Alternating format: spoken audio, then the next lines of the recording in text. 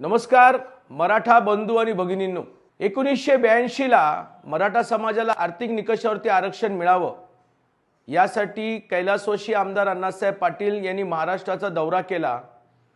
22 मार्च 1982 ला आर्थिक निकषावरती आरक्षण न मिळाल्यामुळे आपल्या आयुष्याचं बलिदान दिलं। प्रत्यक्षामध्ये बोलणं आणि कृती करणं यामध्ये फार जमीन आसमानचा फरक असतो। या त्यांच्या बलिदानाला कित्येक सरकार गेल्यानंतरही न्याय मिळाला नाही, परंतु राज्याचे भारतीय जनता पक्षाचे मुख्यमंत्री देवेंद्र फडणवीस साहेब यांनी ज्या वेळेला राज्याचा कारभार हाती घेतला त्यावेळेला त्यांनी मराठा समाजाच्या विषयावरती पहिला स्पर्श केला। मराठा समाजाला आर्थिक निकषावरती आरक्षण मिळावं याच्यासाठी समिती करून त्यांना न्याय मिळवून देण्याचं काम केलं।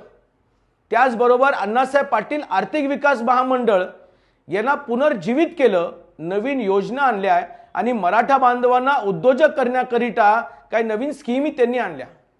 शिक्षणामध्ये मराठा समाजाची मुलं शालेय जीवनामध्ये कॉलेजमध्ये भरमसाठ फीजमध्ये अभ्यास करू शकत नव्हती। ग्रामीण भागातला मुलगा शहरी भागामध्ये शिकायला यायचा तर राहायचा कुठे, फीज द्यायची कशी, यासाठी देवेंद्र फडणवीस साहेबांनी सारथी ही संघटना सुरू केली। आज महाराष्ट्रामध्ये मराठा समाज तरुण आणि तरुणी व्यवसायाला लागले, शिक्षणासाठी घेऊन काही MPSC मध्ये पास झाले, काही उच्च शिक्षण घेतलं तर शहरी भागातील लोकांच्या स्पर्धेमध्ये आज उतरलेले आहेत। आजचे राज्याचे मुख्यमंत्री आदरणीय एकनाथजी शिंदे साहेब यांनी तसाच प्रकारचा धडाला कामाला लावला। मुख्यमंत्री झाल्याबरोबर मराठा मुलांची सुपर न्यूमेरिकल म्हणून भरती त्यांनी त्या ठिकाणी भरती केली आणि मराठा समाजाच्या मुलांनी जे MPSC मधून पास झाले त्यांना न्याय देण्याचं काम त्यांनी केलं। त्यांचे सहकारी उपमुख्यमंत्री देवेंद्र फडणवीस साहेबांनी साथ दिली आणि कालांतराने अजितदादा पवारांनी त्यांना भक्कम पाठबळ दिलं। मित्रांनो, आज भारतामध्ये निवडणुका सुरू आहेत आणि अशा निवडणुकीच्या मध्ये देशाचे पंतप्रधान आदरणीय नरेंद्रजी मोदी साहेबांनी एक संकल्प केलेला आहे। या संकल्पामध्ये 400 पर्यंतचे खासदार आपल्याला निवडून द्यायचे आहेत।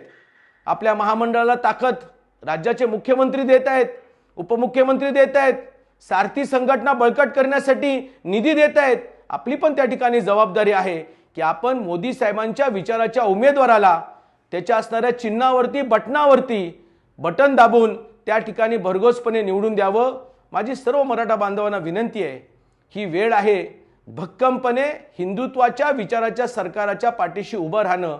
आपले मुख्यमंत्री एकनाथ शिंदे साहेबांच्या पाठीशी उभं राहावं, आपले नेते देवेंद्र फडणवीस साहेबांच्या पाठीशी उभं राहावं, आपले नेते अजितदादा पवारांच्या पाठीशी उभं राहावं आणि भारताला एक भक्कम सरकार निर्माण करून देण्याकरिता आपलं योगदान त्या ठिकाणी द्यावं, एवढीच माझी आपल्याला विनंती आहे। आदरणीय पंतप्रधान नरेंद्रजी मोदी साहेबांचे उमेदवार बारामतीची सुनबाई सुनेत्राताई पवार यांना घड्याळ या चिन्हावरती आपण 7 तारखेला बटन दाबून प्रचंड मताने त्या ठिकाणी निवडून द्यावं, एवढी माझी आपल्याला विनंती।